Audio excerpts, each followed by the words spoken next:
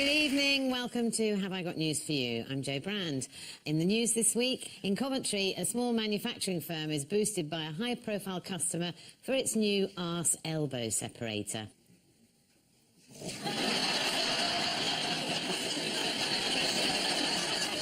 It's 27 hours into the longest ever final of musical chairs, and all Britain's exhausted contestant has to do to clinch the title of world champion is to sit on the chair.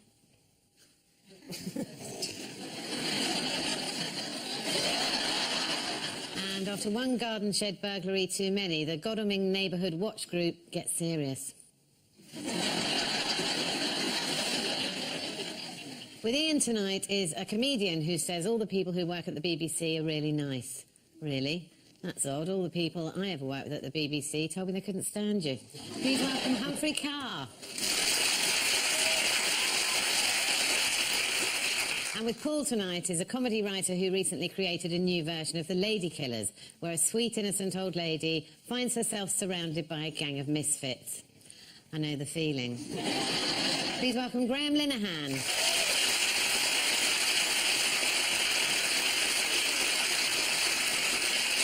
And we start with the biggest stories of the week. Ian and Humphrey, take a look at this. It's Abu Qatada, surrounded by a miasma of hate. He's staying to become the next Archbishop of Canterbury. That's the backlog of cases. Yup, you're a mug. This is a week where the government was very keen to get back its reputation for competence, and it didn't go so well. We announced we were going to get rid of Abu Qatada. He's off on Tuesday, and then today we find out, oh, we can't, because he's put in an appeal. And the Home Office said he had to appeal by Monday night, and the European Court of Human Rights said, no, it's Tuesday night. And no one appears to have checked. It's a classic diary error. We've all done it. Which day is the 17th? Monday, I think. I'll check when I get home. Well, the correct answer, actually, is when the court officials who actually set the deadline say it is. But I noticed his lawyers only put the appeal in 1 hour before the deadline. They just love living on the edge. I imagine there's not a lot of fun being a human rights lawyer. You've got to live vicariously when you have the chance. What Abu Qatada's done wrong is he's not got the right sort of PR behind him. If you could make him seem a bit more lovable, people might not be quite so keen. So I think, get the Cockneys to like him first. Abu Qatada. Like this. I'd like to have my own theme tune as well, because I think we should all have one. What would yours be? I'd like to have the sound of broken glass followed by a high-pitched female voice saying, "Leave it, Dave, he's not worth it." Do you know how Abu Qatada has been described in the press? Well, he's been described as Al-Qaeda's top man in Britain. The Times described Qatada as radical Muslim cleric, The Sun as hate preacher, and the Daily Telegraph as Mr. Qatada. The Grand Chamber of the European Court of Human Rights previously ruled that Abu Qatada couldn't be sent home to Jordan as there was a likelihood that evidence obtained by torture would be used against him. According to the Times, the Jordanian government said they would bend over backwards anyone who accused them of torturing prisoners. So, reassuring, isn't it? And what have Labour MPs accused Theresa May of doing? Not knowing which day of the week it is. They've accused her of dragging her heels. And here's some evidence. Very good. Yeah, here's some evidence to back it up, guys.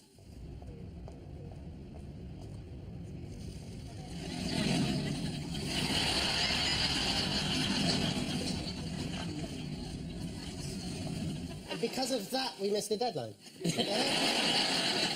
And meanwhile, what has the Libyan military commander Abdul Hakim Belhaj accused Jack Straw of doing? Sending him after Gaddafi to be tortured. Yeah, he was basically a gift, Gaddafi. Blair and Strawn needed a present for their favourite dictator. You know, maybe they'd get one in return, oil rights, or, I don't know, a bung when you leave office. So that won't go in. Extraordinary accusation there. Extraordinary, suggesting that Mr. Blair has made a huge amount of money since leaving a rather bloodstained period when he was in charge. Yes. I do hope that doesn't get through. Yes.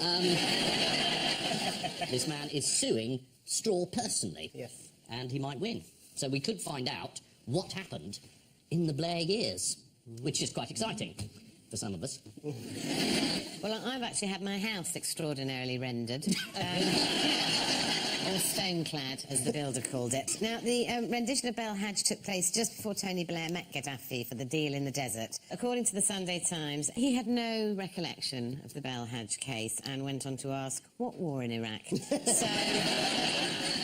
in other terrorism news, I'm sorry, we have to plough this furrow a little further, not for long. I'm all for it. We'll have a big knob on in a minute. What's that? Paul, I don't know. I just said knob to lighten the atmosphere. It normally I thought like a marathon, and those are one word. That is the only way I would watch the Olympics. What? If there was a knob on. Oh, I see.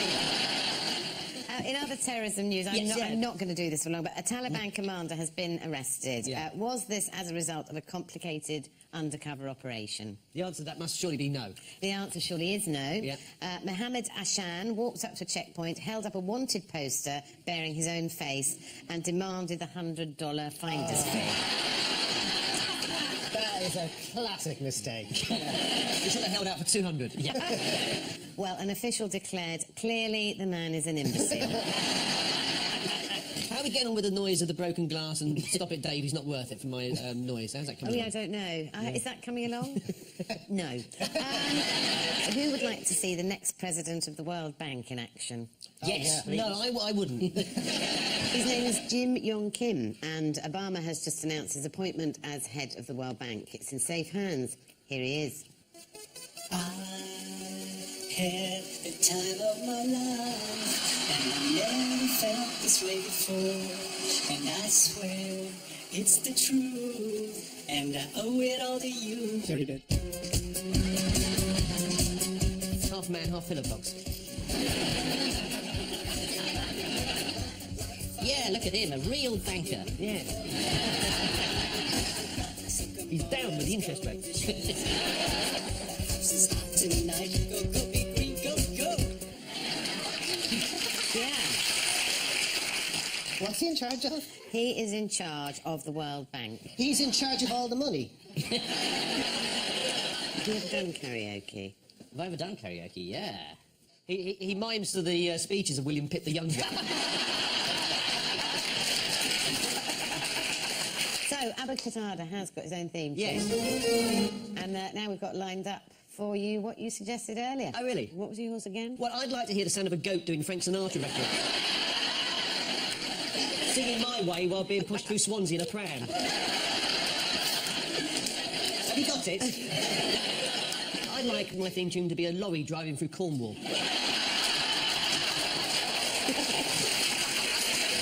On a Wednesday. Have you got it? So, this is the latest attempt to deport Abu Qatada. Explaining his decision to jail Qatada, the judge said there is a real possibility he will abscond. Yes, the last thing we want him to do is leave the country. Theresa May is looking for ways of speeding up Qatada's extradition and says she will be examining the processes and procedures used in Italy, where they're much tougher. Any trouble and you're on the first cruise ship out of there. Talking about his past, the Sun found a school friend who told them Qatada was a normal young man. He was interested in girls and listened to Pink Floyd. So very normal, except with him, the girls got stoned after they'd listened to Pink Floyd. This week also saw fresh revelations about the life of Osama bin Laden. According to one of his former mistresses, he spent much of his spare time smoking cannabis and listening to the B-52s as they droned overhead looking for him. Paul and Graham, take a look at this. Oh, right, this is obviously 100 days ago. These are a lot of visitors at the Olympic Stadium. There we are. Well, what the bloody hell's going on here? What is this? That's a very bad camera that's been used by the BBC. Can't quite see what's happened. This is the Olympic Games 100 days ago, 98 days ago, 97 days ago, or if you're watching on Dave, 3 years ago. and what an extraordinary games they turned out to be. So, yeah, this is the news that it's not long to the Olympics, or as it's known in The Independent, the 11 billion tax-funded advertising campaign for some of the world's worst companies.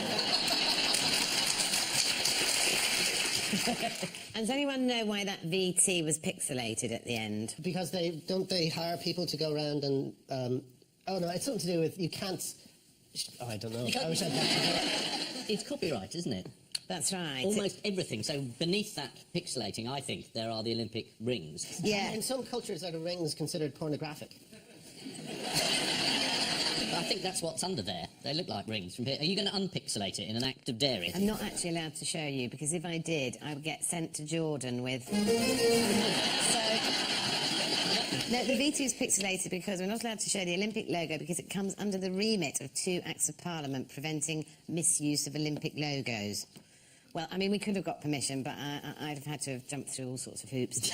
So, It was very heavily policed in China, wasn't it? Didn't they go into toilets and if you get a one of those hand dryers, they have to put sticky tape over the name of the company who do the hand dryer or something? Really? they're actually going to be doing that here, yes. Yes. In the toilets, soap dispensers, wash basins. And you're not allowed to take in any drink or product that isn't sponsored. Yes, Which yes. is going to be tough for the Queen, isn't it? Why? She's a brand. Oh, I see what you mean. I thought you meant Brand. she liked a McDonald's burger. Yeah. She's having a full Adidas tracksuit, right? As we speak. Also, the athletes aren't allowed to tweet, and there's like a really hardcore guidelines about what they're allowed to say on the internet, about what they're doing, what they're... Like, they can't say, oh, I'm so thirsty, I love water. It has to be like, I love super action mega water. But there's also, there's something about sort of local businesses, like the Olympic Kebab Grill or something, that's been forced to change its name in case people think, oh, I wonder if that's the official kebab shop at the Olympic Games. Absolutely. The Olympic Cafe in Stratford was told he couldn't call his restaurant Cafe Olympic and he'd have to change the sign. Now, it would have cost him £3,000 to change it, so according to the Newham Recorder, he decided to make the necessary alterations with minimal expense.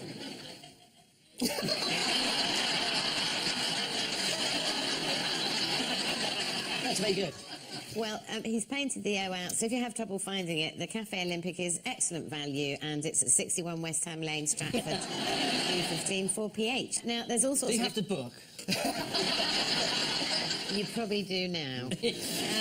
There are all sorts of restrictions about words you can and can't use to do with the Olympics, but have you noticed how else language is being manipulated? The British team is known as Team GB, is that right? That's right. It's the naming of teams, really, in the same way that the English Sport Council is now Sport England.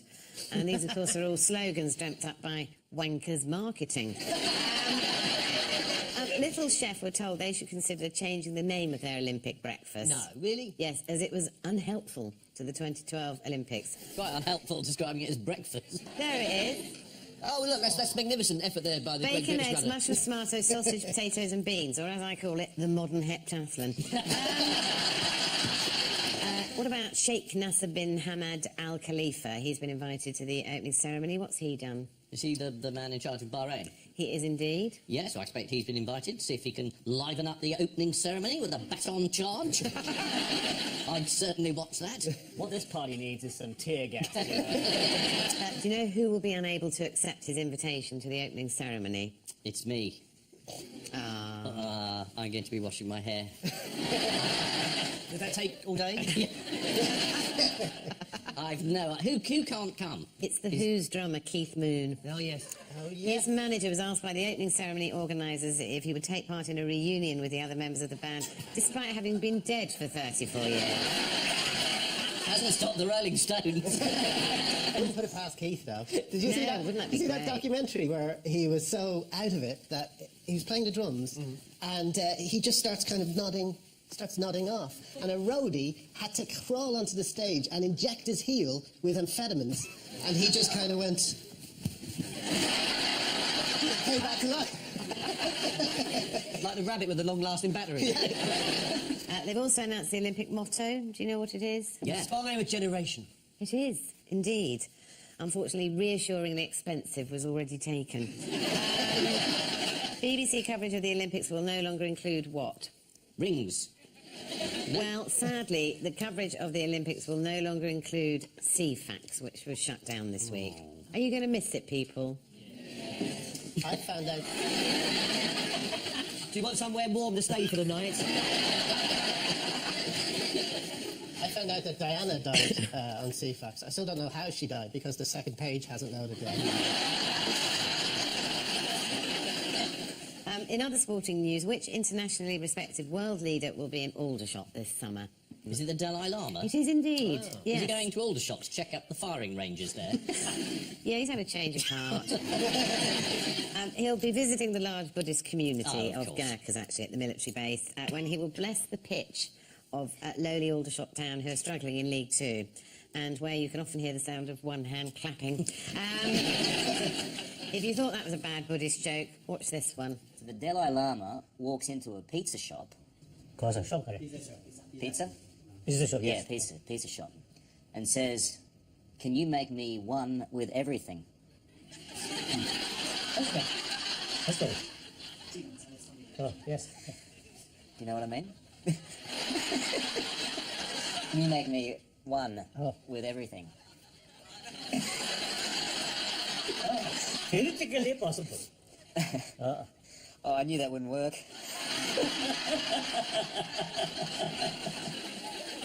He thinks he didn't understand it. He understood it. This is the marking of 100 days to go till the Olympics start, and even more excitingly, 116 till it's all over. And then we can sit back and enjoy the hundreds of years of legacy, which is Lord Coe's fancy word for debt. The closing ceremony will feature songs which represent different eras of British music. According to The Independent, an invitation to the Sex Pistols to represent punk has been declined, as it clashes with the filming of Johnny Rotten's latest butter advert. And so to round two, it's a welcome return to the picture spin quiz. Fingers on buzzers, teams. That's Pippa Middleton, with a gun. So it is. She's not the one holding the gun, though, is she? It's a nicely focused picture for someone that's about to be shot, isn't it? Yeah. The name's What is it? Middleton. It's in Paris.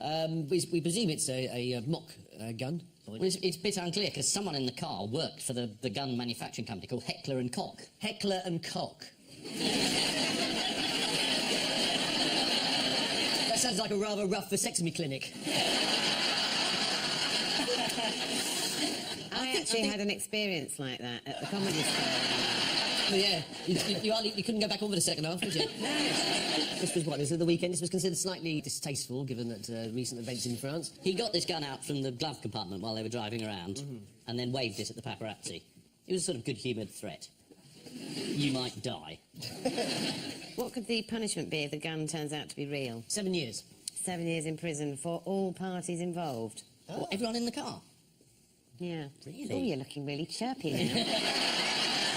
Really? Oh, that would be a first. We'd have to extradite Pippa.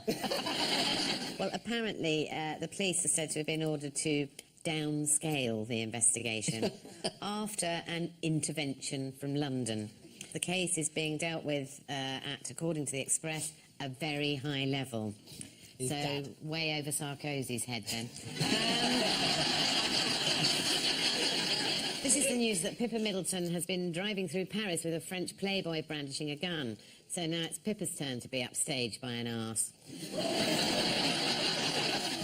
Kate and Pippa's brother James has also been revealed to be running a saucy cake business. He insists he's a self-made man and recently said, "Nothing is handed to anyone on a plate." Well, he clearly knows nothing about cakes, then. Speaking of cakes, the Swedish culture minister was in trouble this week after being photographed cutting into an allegedly racist cake. The cake was designed to highlight the abuse of women and was shaped like a naked black woman. Honestly, even Mr. Kipling stopped making those in the 1970s. So, fingers on buzzers, teams.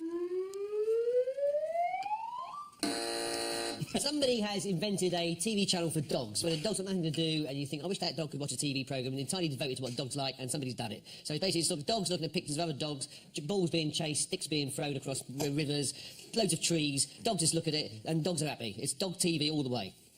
It is indeed. According to Sky News, Dog TV is an 8-hour block of on-demand cable TV programme. On demand by who? And Labrador insists on watching Gone with the Wind. Before launching the channel, Yeah. scientists conducted hundreds of hours of research into what dogs like to see and hear. Yes. Any idea what they might have They're very fond of concluded? David Dimbleby, particularly Jack Russell's. They like him very much. But the smaller the dog, the more they lean towards Andrew Marr. I'm must just say this about Andrew Marr. I've said it hundreds of times before, so if you've heard it, ignore me. But I love, there was a description of Andrew Marr that said Andrew Marr looks like Martin Clunes with some of the air let out of him.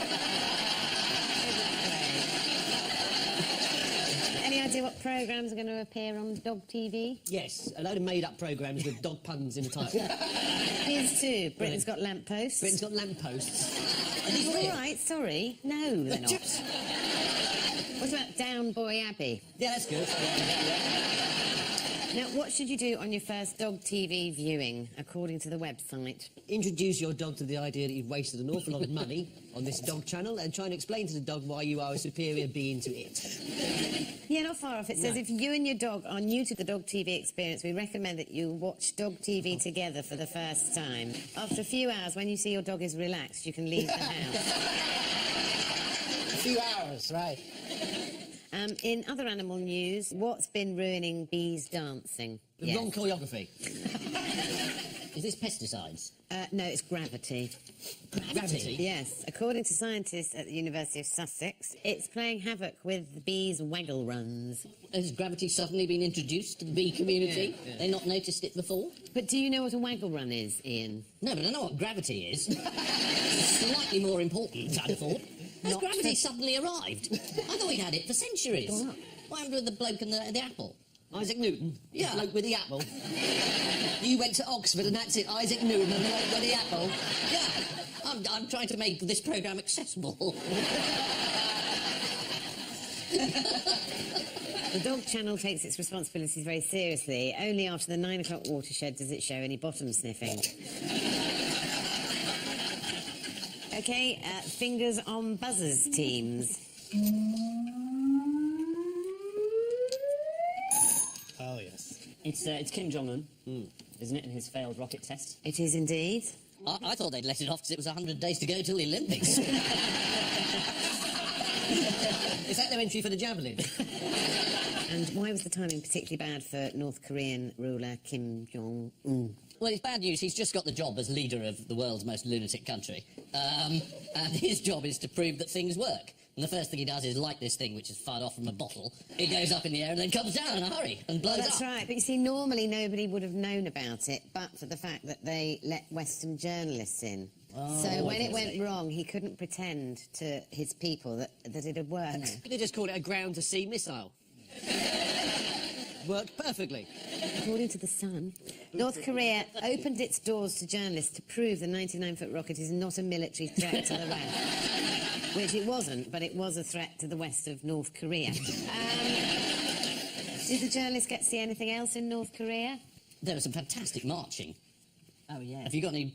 You haven't got that, have you? OK, and here we go then with goose-stepping footage.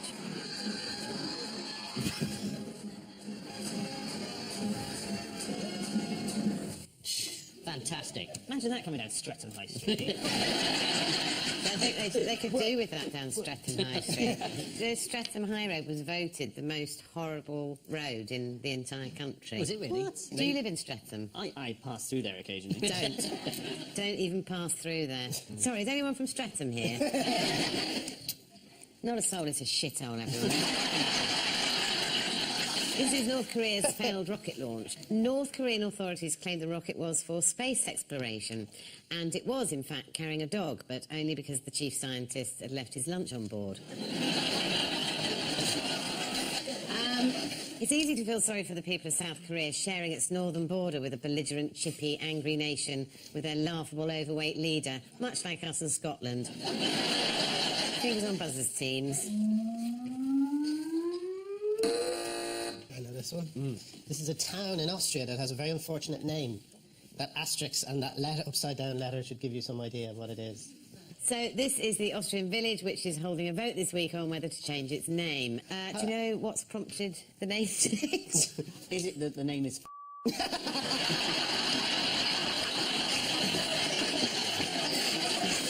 It only became a problem during the Second World War when American soldiers came in and started giggling all the time. Well, apparently some traditionalists want the 16th century name for the village reinstated, which was Fugging. And what's the potential problem with a name change? I don't fucking know. According to the mayor, Franz Meindl, the only problem is we need all of the residents to agree.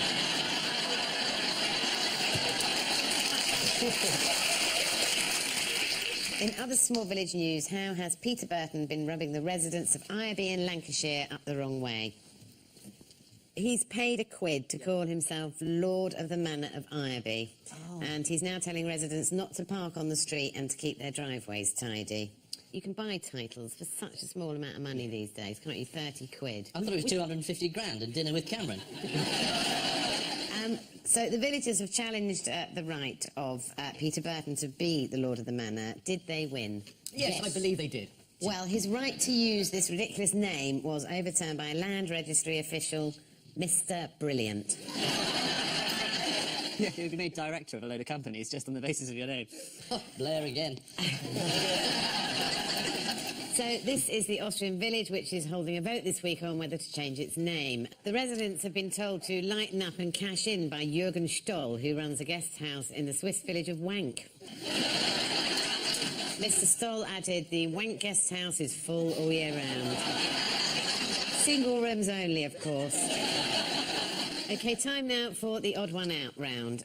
Ian and Humphrey, your four are Mitt Romney's dog, a series of ads claiming homosexuality is curable, a pheasant in Gloucestershire, and a traffic cop in Vietnam. Well, that poster, not gay, ex-gay, post-gay, proud, get over it, that was on the side of a bus. Or it was going to be, and then Boris banned it. Yeah. That traffic cop, there was a story about him jumping on a bus, trying to give it a ticket. So he was on the side of a bus. Mitt Romney's dog was run over and stuck to the side of a bus. No, he went on a bus, the dog. Mitt Romney put his dog in a crate on top of his car and drove it many hundreds of miles. Oh, right, so it's not a bus, it's a moving vehicle. Yeah, this pheasant is actually the official driver for the 2012 Olympics. I think this pheasant is one of those birds that sort of regularly does a commute from, say, Nottingham to sort of Lincoln or something like that, you know, so I think it's a regular thing. And I think the poster's the only thing that's not been on a movie. Yeah, we were getting there. Hey. You're all right, yes. It's it's not the Lib Dem conference, come on. I wish it was. Because I've got a soft spot for Clegg. Really? Yeah, face down on Hackney Marches.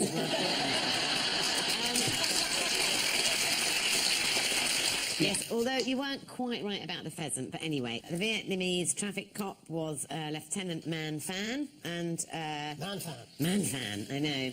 Talking of gay buses. This I'm not week, gay, I'm just a man fan. yes, the clip of him went viral after he was spotted clinging onto the front of a bus in Vietnam. Who wants to see Lieutenant Phan in action? Oh, yes, Yeah. please. Yes, here we go.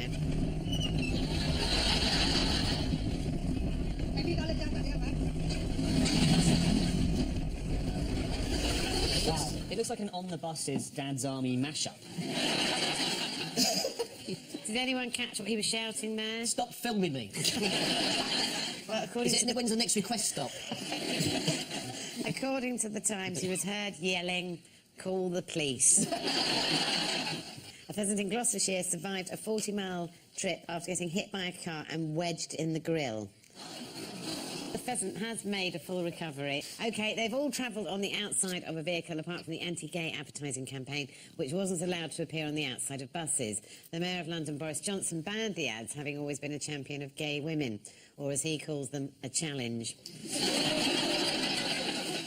Mitt Romney has been criticised for once driving his car with the family dog on the roof, or as his dog called it, the roof. Sorry.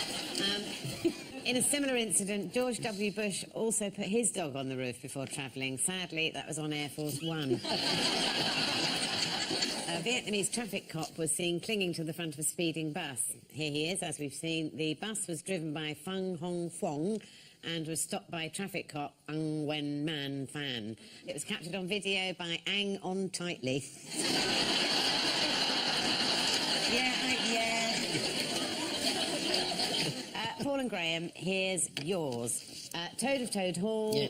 female racegoers at Aintree, Ronaldo Silva and Charles Geneviève Louis Auguste André Timothée Dayon de Beaumont. Is this about enthusiasm? No. I think this is to do with dressing up as a woman, because Toad escaped from prison dressed in washerwoman's clothes because he'd been banged up for driving and he tried to blame his wife. To Silva, I think he escaped from a prison very recently by dressing up as a woman. Yeah. This man was an 18th century transvestite. I read a piece about him recently. I have very eclectic reading tastes. And those girls are dressed up as women.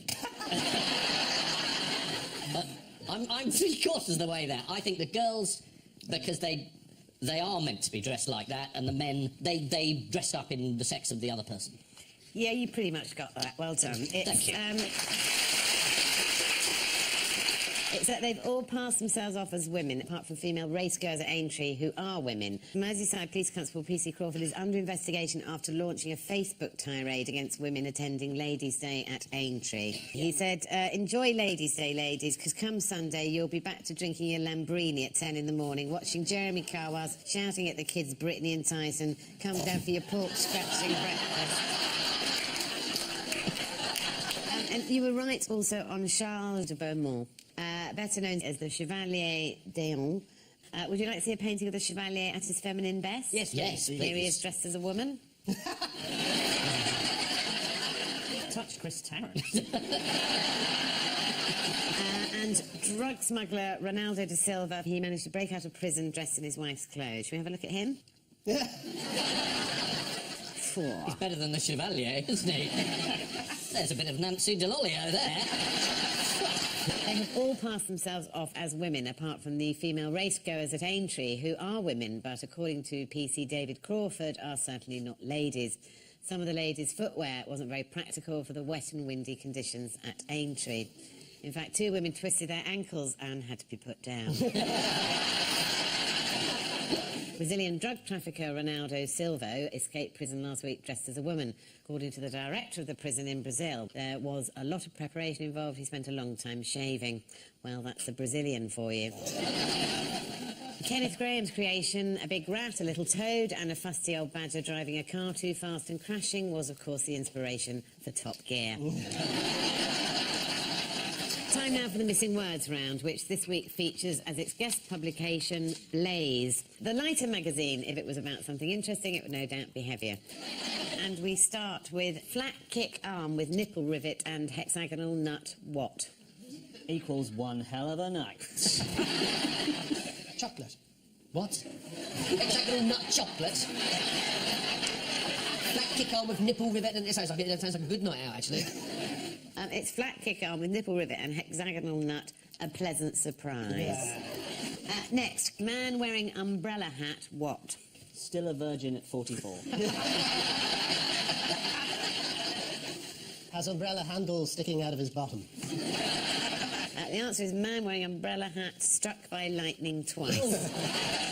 This is Matt Wilkes of the Isle of Wight, who bought an umbrella hat on eBay and was hit twice by lightning within minutes. According to The Sun, he was going to a fancy dress pub crawl. Not sure what he was going as, presumably a twat.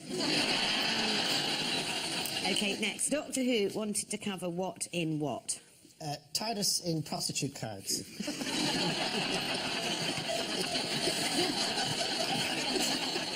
No, it's Doctor Who wanted to cover Cardiff in alien goo. This is a series of emails between the makers of Doctor Who and Cardiff Council that have been released. Producers once told local councillors, we'd like to cover the city streets in goo, to which they replied, why not just film with the pubs closed on a Friday night? Next, the 15V Ronson is like duck fat on roast potatoes. It's nice every now and then, but after a while you ask...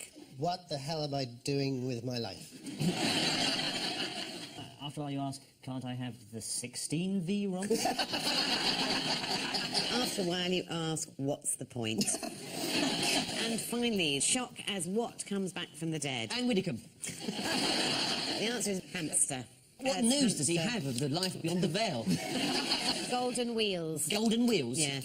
Run into the light. I can't. After being buried, the hamster dug himself out of his grave. This story has upset a lot of children, but if you're watching, kids, please don't worry, it can't happen with Jimmy Savile. It's very easy to do. our children had a guinea pig, which I thought had died. Yeah. It was cold, rigor mortis had set in. I went into the garden, I obviously did a full ceremony. Was the Archbishop of Canterbury there? It was. then we lowered the guinea pig in, and it started twitching. It's a miracle, obviously. Took it back, put it on the boiler, warmed him up, he lived another year. I just offer that as proof that this is not a silly story.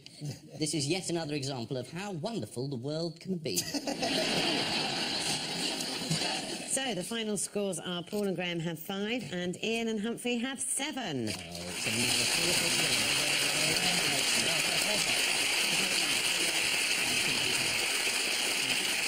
But before we go, there's just time for the caption competition. Oh, it's a freeze frame. Thank you very much. David Attenborough lives over there. Let's see how he likes it. On which note we say thank you to our panellists Ian Hislop and Humphrey Carr, Paul Merton and Graham Linehan, and I leave you with news that the Japanese government announces that after the meltdown, the rivers round the Fukushima nuclear plant are once more full of salmon. Just as he thinks he's found the perfect picnic spot, there's a nasty surprise for Nick Griffin. And as staff at London Zoo unveil their new charity calendar, there are concerns that Miss December may not get past the censors. Good night.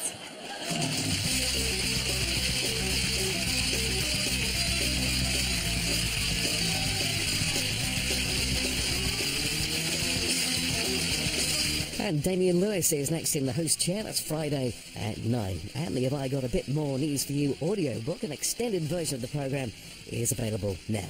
Next, Danny Baker reveals what he doesn't like about modern life, so we've had to extend the programme. It's Room 101 with extra storage next.